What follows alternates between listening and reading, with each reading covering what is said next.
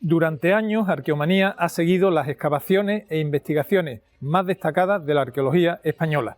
Para ello hemos visitado centenares de yacimientos nacionales y también internacionales. Y en esta escena internacional es muy poco conocida la importantísima tarea que desarrollan los arqueólogos españoles. Y por ello queremos dedicar este programa como reconocimiento y homenaje a esa prestigiosa arqueología española más allá de nuestras fronteras.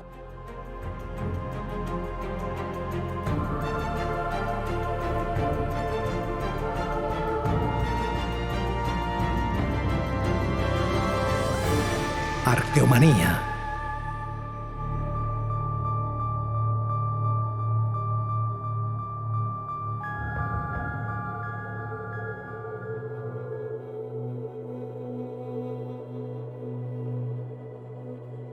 La arqueología española trasciende nuestras fronteras.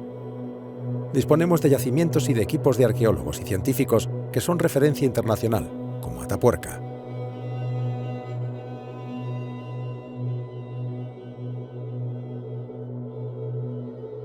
Por otra parte, arqueólogos españoles participan en proyectos de investigación y excavación en diversos yacimientos repartidos por el mundo. Algunos tan llamativos como el templo de millones de años de Tutmosis III, a las puertas mismas del Valle de los Reyes. La egiptología es una ciencia que apasiona, y Arqueomanía visitó algunos de sus yacimientos y sorprendentes museos.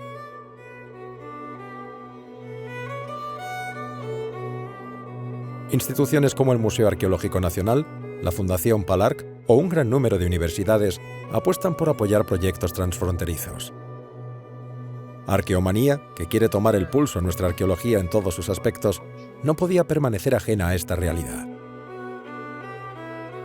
Nos sentimos profundamente orgullosos del prestigio de la arqueología española en el ámbito internacional. Durante los últimos años, los arqueólogos españoles han dirigido más de 70 proyectos en el exterior. Como queremos dar a conocer esta importante tarea internacional, vamos a visitar algunos de estos yacimientos, comenzando por aquellos que rastrean nuestro propio origen como especie.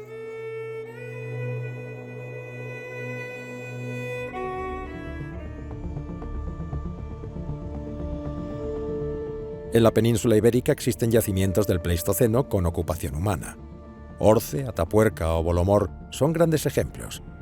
Pero la evolución humana empuja a los científicos a buscar el origen en filones como los de Ain Janek, en Argelia, o las célebres gargantas de Olduvai, en Tanzania, cuna de la humanidad. Hasta allí, hasta aquellos remotos y escarpados desfiladeros, nos desplazamos para conocer el fantástico trabajo del equipo de Enrique Baquedano y Manuel Domínguez Rodrigo. El propio río Olduvai ha excavado una garganta que atraviesa dicha garganta 2 millones de años en los estratos acumulados durante 2 millones de años, de tal manera que nos abre la mejor ventana al pasado durante 2 millones de años, repito, que existe en todo el planeta. El paisaje y la fauna del Gorongoro nos trasladaron a un mundo perdido, prístino, similar al que habitarían aquellos remotos homínidos que hoy descubrimos.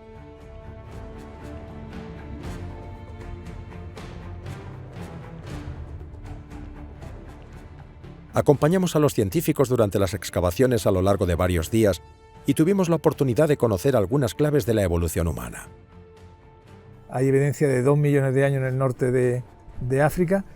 ¿Quién cruza? ¿El habilis o el ergaster? Esa será una de las grandes preguntas que tendrán que trabajar los arqueólogos, porque de momento no tenemos una respuesta. Si me pides mi opinión personal, te diré que creo que en ese momento el homínido que está más extendido en el continente africano es ergaster y que habilis tiene menos opciones. Hemos tenido la ocasión de pisar algunos yacimientos asiáticos como los de Flores y otros en Europa. El Neandertal, que es objeto constante de nuestras investigaciones, mereció una visita a Alemania y otra a Portugal. Joao Silao nos habló de sus hipótesis en la bellísima Sierra de Arrábida. Nunca hubo en la historia de la humanidad más de una sola especie. La humanidad siempre fue constituida por una sola especie. Lo que pasa es que ha ido cambiando esa especie a lo largo del tiempo. La humanidad de hace 1 millón de años no es exactamente igual morfológicamente, sobre todo en lo que concierne la morfología del cráneo, que la humanidad de hace 500.000, de hace 100.000 o de ahora.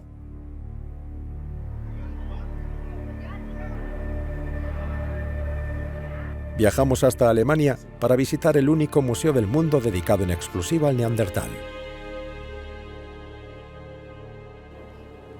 Tendemos a ver al neandertal con rasgos muy primitivos, porque también le vestimos con pieles, con piedras, pero ¿qué ocurriría si le pusiéramos la ropa que llevamos hoy en el siglo XXI? Pues aquí tenemos la prueba. Me acompaña nuestro amigo neandertal y parece un señor más que puede estar por la calle.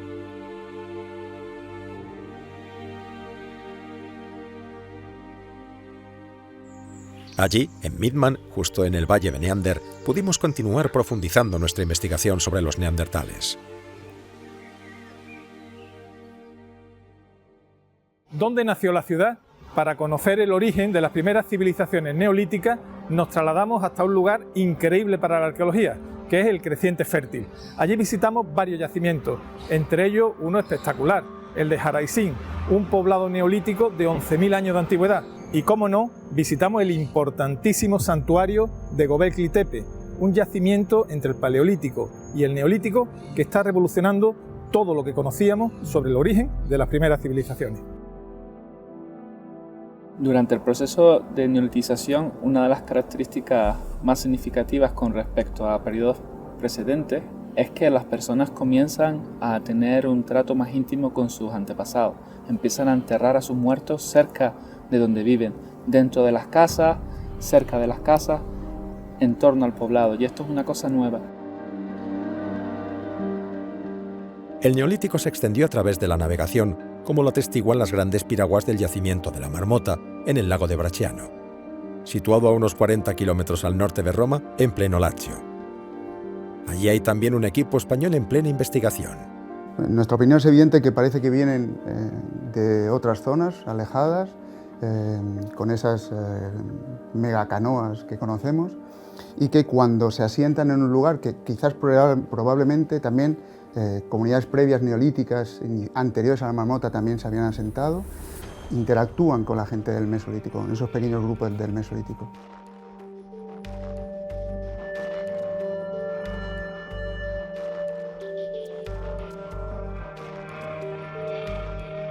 La fascinación por los grandes imperios de la antigüedad siempre fue un motor que impulsó la historia y la arqueología. Arqueomanía ha visitado algunos de los yacimientos que esas grandes civilizaciones dejaron como huella. Hititas, hurritas, asirios, persas, babilonios, egipcios, sobre todo egipcios, son un acelerante para la imaginación y una potente fuente de inspiración para los investigadores. En Luxor, en la antigua Tebas, conocimos la excavación del templo de millones de años de Tutmosis III.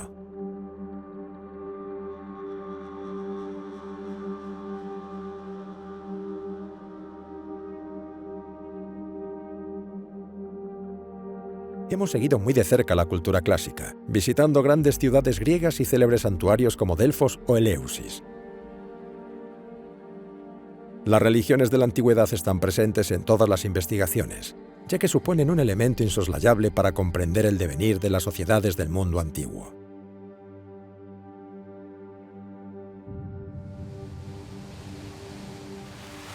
Turquía es agua, su alma es agua. Agua en el Bósforo, agua en sus cascadas, como esta cercana Antalya. Agua del Tigris y del Éufrates, a los que ven nacer una y mil veces. Madre del Neolítico y de grandes civilizaciones, su historia es la de sus aguas. No importa que la ancestral Hassan Cave termine bajo una gran presa del Tigris. El gran castillo de Runcale corta el desfiladero sobre el Éufrates. Muy cerca están las tumbas de los generales selyúcidas. Descendientes de Alejandro fueron también los reyes de Comagene, grandes catalizadores de todo el saber de la antigüedad. En el monte Nemrut asistimos a su inolvidable puesta de sol.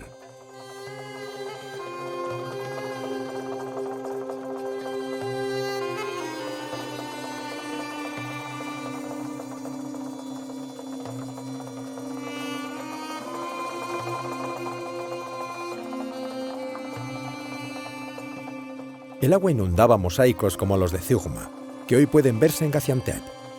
Aquí los museos de grandes mosaicos son frecuentes y magníficos.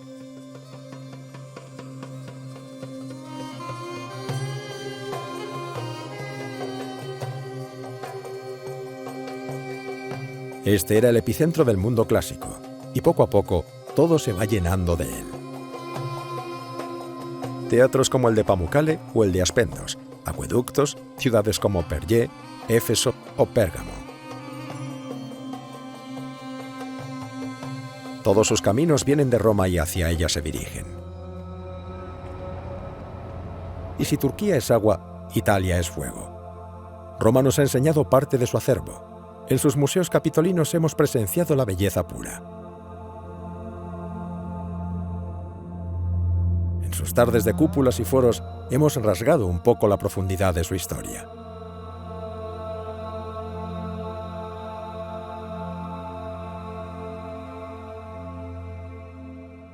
En el anfiteatro se celebraron los grandes espectáculos de Roma, y entre ellos los más populares, la lucha de gladiadores. Debemos figurarnos casi 50.000 espectadores rugiendo en favor de su héroe. La gladiatura sigue admirándonos hoy en día.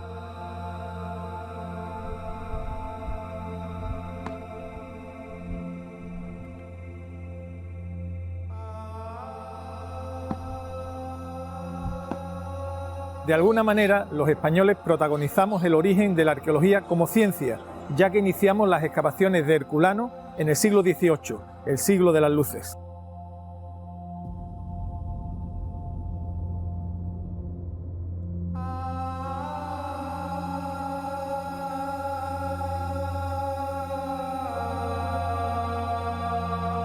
La madre de Carlos III, Isabel de Farnesio, trasladó su colección a Nápoles. Hoy puede contemplarse en su Museo Nacional.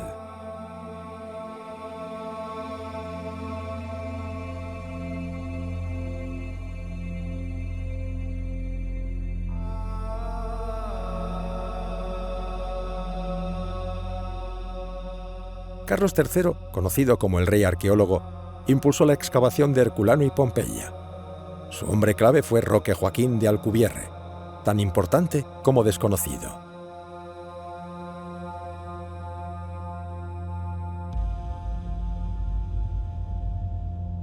La década de los 40 del siglo XVIII sería fundamental para los trabajos en las ciudades del Vesubio.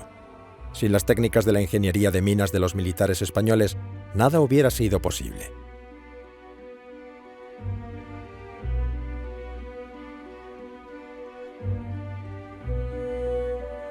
El acceso a los yacimientos era una cuestión de Estado. Se dosificaba la información porque el propio monarca quería ir dándola en sus publicaciones. El caso más célebre fue el del alemán Winkelmann.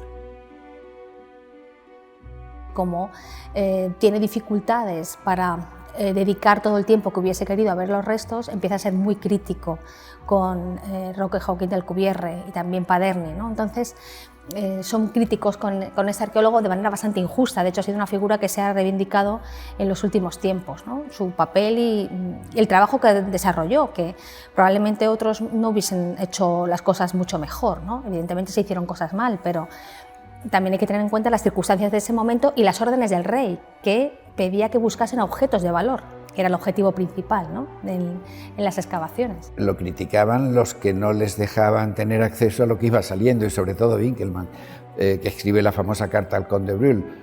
Pero el papel de los ingenieros en las primeras excavaciones, que son las de Herculano, era sobre todo la seguridad, las galerías, hacer una obra de ingeniería. Se hizo una rampa para sacar en rampa las cosas de mayor volumen, y eso lo tenía que hacer alguien que supiese diseñar. Está muy bien hecho el trabajo de Herculano. Pero ese era su papel, no era estudiar las antigüedades, era el de organizar el proceso de recuperación y excavación con toda la seguridad, que es lo que Alcubierre en su diario al final del diario dice: no he tenido en 28 años ningún accidente mortal. El trabajo de los ingenieros de minas españoles en Nápoles tuvo, sin embargo, una pobre acogida en aquella España, con la excepción de alguna exaltación académica. La poca afición de la sociedad española del momento al denominado Grand Tour así lo demuestra. Tradicionalmente se venía sosteniendo que era muy curioso que en España no hubiese suscitado ese interés el descubrimiento de Pompeya y Herculano, el mismo interés que había suscitado en otros países, como por ejemplo en Inglaterra, en Alemania, en Francia y demás. Y precisamente las últimas investigaciones lo que están demostrando es lo contrario. Efectivamente, a lo mejor no hubo un impacto tan enorme en el número de viajeros que inicialmente visitan el yacimiento y demás, pero sí que hubo un gran impacto, por ejemplo en el ámbito artístico, ¿no?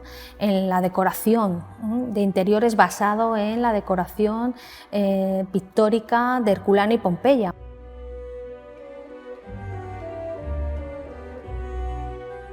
Herculano y su drama nos causaron un gran impacto. Herculano, la hermosa, agonizaba bajo la lava.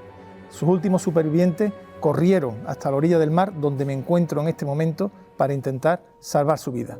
No lo consiguieron. Murieron bajo el efecto de los gases y del calor. Después quedarían sepultados bajo la lava.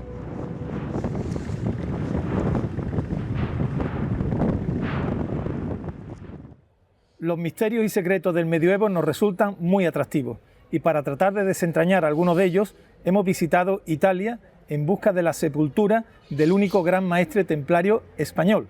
También nos desplazamos hasta Jordania para conocer los orígenes de Al-Ándalus y en Fez tratamos de localizar la tumba de Boabdil, el último rey nazarí de Granada.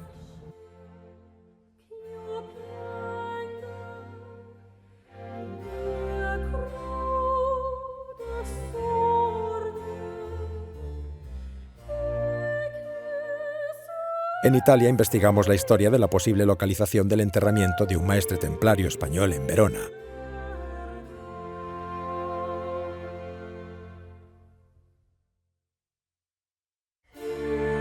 Los templarios nos llevaron también a Portugal, a Tomar y a Morol.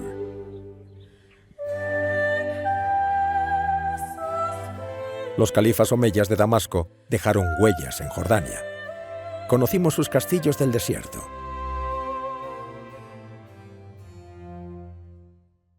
En Turquía rastreamos huellas bizantinas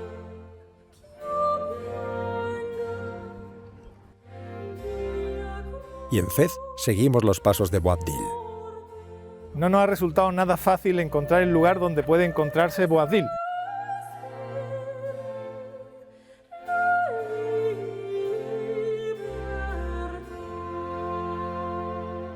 Damos ahora un salto en el tiempo y visitamos diversas construcciones militares que van desde Filipinas hasta los Estados Unidos, lo cual atestigua la enorme extensión que tuvo el Imperio Español. Los fuertes españoles en el Pacífico asiático, especialmente en Filipinas, son objetivo de investigación para nuestra arqueología. Los casos del fuerte de San Pedro en Cebú, el de Santiago en Manila o el de Zamboanga nos dejan frente a un tipo de edificación paradigmática. Un tipo de estructura defensiva que se iba a extender por todos los dominios del Imperio Español.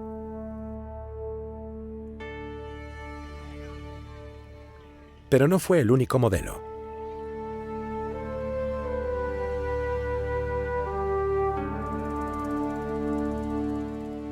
El fuerte de San Juan fue levantado como un campamento romano de época adrianea. Fue la primera construcción permanente de un país europeo en Norteamérica. El fuerte de San Juan fue construido junto a una gran ciudad de los nativos americanos. Ahora sabemos que esta ciudad era la aldea más importante de toda el área. Era la capital. Y Juan Pardo levantó este fuerte allí porque quería hacer una alianza con el jefe de la ciudad. Y al principio parece que la alianza fue muy bien. Sabemos que algunos de los hombres de Pardo participaron en batallas contra los enemigos de este caudillo al otro lado de las montañas Apalache.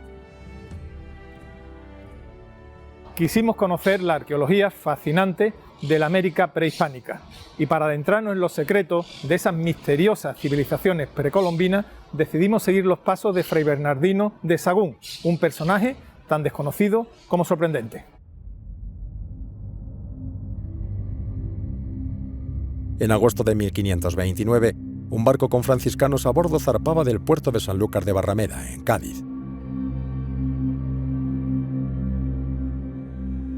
Abajo de Guía habían arribado los supervivientes de la primera circunnavegación 8 años antes.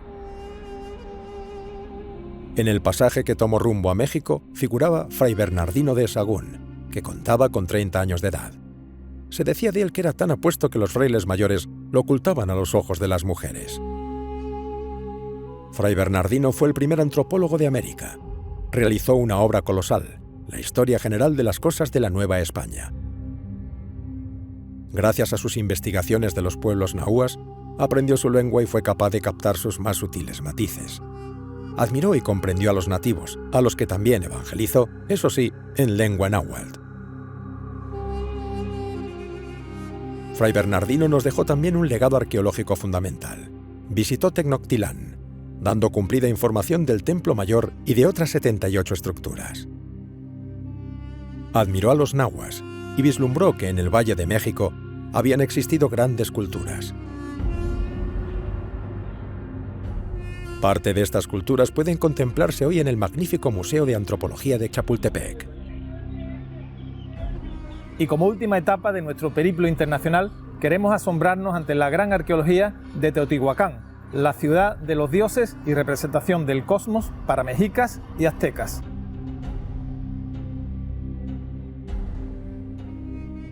La ciudad está dividida por lo menos en dos grandes mitades, ¿no? Hay una dualidad que está manifiesta en la forma en cómo planearon la ciudad. Por otro lado, también tienen todo un sector que es sacro, es decir, dedicado totalmente al culto a los diferentes dioses, y el sector que es totalmente civil. Esto nos habla justamente de que ellos entienden al universo, por lo menos en un sistema dual, en donde hay todo un espacio, un universo habitado por dioses o por divinidades, y un espacio en donde están los seres humanos. Y bueno, tenemos también una serie de representaciones simbólicas que nos hablan de esta forma de pensar de los teotihuacanos, en donde sí están considerando siempre lo divino como algo fundamental, y por supuesto la parte civil o cívica como complemento de esta parte divina. Toda la ciudad está planeada. De hecho, la Calzada de los Muertos es el eje rector de la ciudad, el eje norte-sur. Todas las calles son paralelas o perpendiculares a esta gran Avenida de los Muertos. Todavía no entendemos con claridad por qué la orientación de 15 grados 25 minutos al este del norte magnético de la Calzada de los Muertos. Sin embargo, sí sabemos que tanto la Pirámide del Sol como el Templo de la Serpiente Emplumada tienen alineaciones astronómicas, particularmente con la salida del Sol. Es decir, el Sol está marcando en ciertas épocas cómo deben estar alineadas las pirámides. Entonces, sí hay fechas fundamentales en donde el Sol sale exactamente atrás de estos grandes monumentos y se oculta exactamente enfrente de estos monumentos. Entonces, sí hay una planeación que tiene que ver con el conocimiento astronómico. El arte teotihuacano es abstracto, conceptual y alegórico. Difiere de cualquier otro arte mesoamericano y por ello ha sido muy difícil de interpretar. En él no se destacan personajes ni linajes, es colectivo. Los artistas de la gran metrópoli que fue Teotihuacán levantaron enormes esculturas, entre ellas la de Tlaloc, dios de la fertilidad y el agua, dios de la lluvia.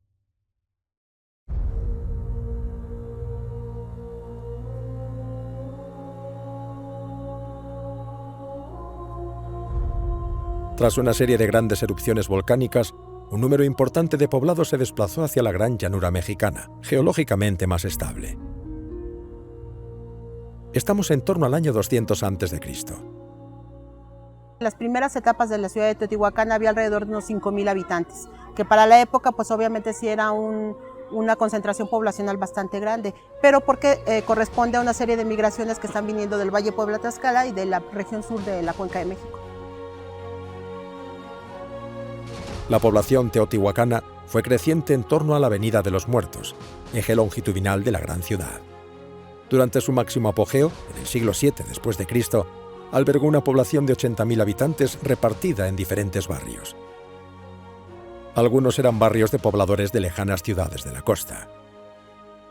Esto es una propuesta de la doctora Linda Manzanilla. Ella ha propuesto que la ciudad está dividida en 4 grandes cuadrantes, un poquito retomando la división que tiene Tenochtitlán muchos años después. Y bueno, se considera que Tenochtitlán copió a Teotihuacán el modelo cosmogónico. Sin embargo, bueno, es una propuesta de la doctora Linda Manzanilla, muy respetable, pero pues falta todavía entender mucho de cómo se están distribuyendo los sectores urbanos en la ciudad. Algunos autores han propuesto que Teotihuacán, pues por supuesto debió haber tenido enemigos, ¿no? Sin embargo no necesitó de una muralla general que encerrara toda la ciudad, porque cada complejo arquitectónico tenía su propia muralla, es decir, cada complejo arquitectónico nos está marcando que hay una serie de familias que se agrupan en grupos corporativos y que ellos se defienden entre sí mismos. Es por eso que todavía no entendemos cómo opera aquí el Estado, si es que lo hubo, o el grupo gobernante. De qué manera tenía control sobre todos estos grupos corporativos que están ubicados en los barrios o en los conjuntos arquitectónicos. Una obra menos conocida es el desvío de un gran río. Los ingenieros del Valle de México eran unos maestros. Digamos que viene la explosión urbana alrededor del año 250 después de Cristo. Tenemos ya aquí trazados los principales ejes de la ciudad, los monumentos que van a ser el eje rector de toda la planificación urbana, que van a ser las grandes pirámides, por supuesto la luna, el sol, el templo de Quetzalcóatl en la ciudadela y la desviación del río San Juan, que es una de las obras hidráulicas más importantes de la ciudad. Obviamente están abasteciendo de agua para generar las condiciones necesarias para que la ciudad crezca a lo que llegó a ser 2 siglos después, que vendría a tener ya más de 100,000 habitantes y una extensión de más de 20 kilómetros cuadrados. Entonces, desde el año 250 ya tenemos los principios de la urbanización a gran escala.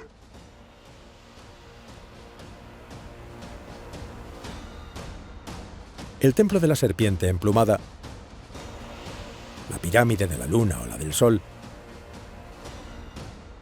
los jaguares y la procesión de los caracoles emplumados nos trasladan a un mundo que muestra un gran desarrollo humano, pero con gran dependencia de lo invisible.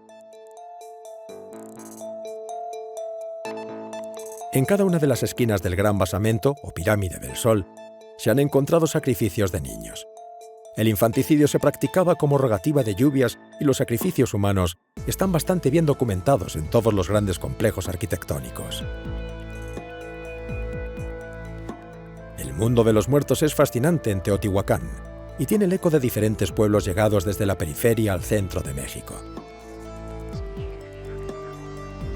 Los collares de mandíbulas o el empleo de cinabrios sobre los muertos dan idea de la complejidad ritual. Los sacrificios dejan cadáveres en posiciones muy estudiadas. Dentro del museo que está junto al basamento grande destaca una cabeza barbada, lo que servirá a algunos para especular con una llegada previa de europeos. La agricultura era la base alimenticia de esta población y la explotación de la obsidiana, la razón de su riqueza y poder. Estamos ante una sociedad profundamente estratificada. Todavía no entendemos el sistema político de Teotihuacán ni la forma en cómo estaban organizados como sociedad. Sin embargo, por supuesto que sí hay diferencias de estratos sociales, porque lo vemos en la calidad de las construcciones, porque lo vemos en la calidad de las ofrendas que tienen en diferentes partes de la ciudad. Y eso pues nos habla de que sí, la sociedad estaba dividida en diferentes niveles y que seguramente en la cúspide pues estaban los religiosos que eran gobernantes de la ciudad. Y bueno, teníamos estratos de artesanos, estratos de campesinos, seguramente una casta militar, un grupo que se dedicaba a la milicia, y eso pues obviamente les proporcionaba diferentes condiciones de vida. La influencia cultural de Teotihuacán llegó muy lejos, a las costas del Pacífico, incluso a Honduras. Es la gran estrella cultural de Mesoamérica en el periodo preclásico tardío y el de los albores del clásico. La arqueología mundial tiene aún grandes y hermosos retos por delante y estamos seguros que la arqueología española sabrá permanecer en la vanguardia internacional, tanto en excavación como investigación. Y Arqueomanía estará ahí para contarlo, divulgarlo y ponerlo en valor.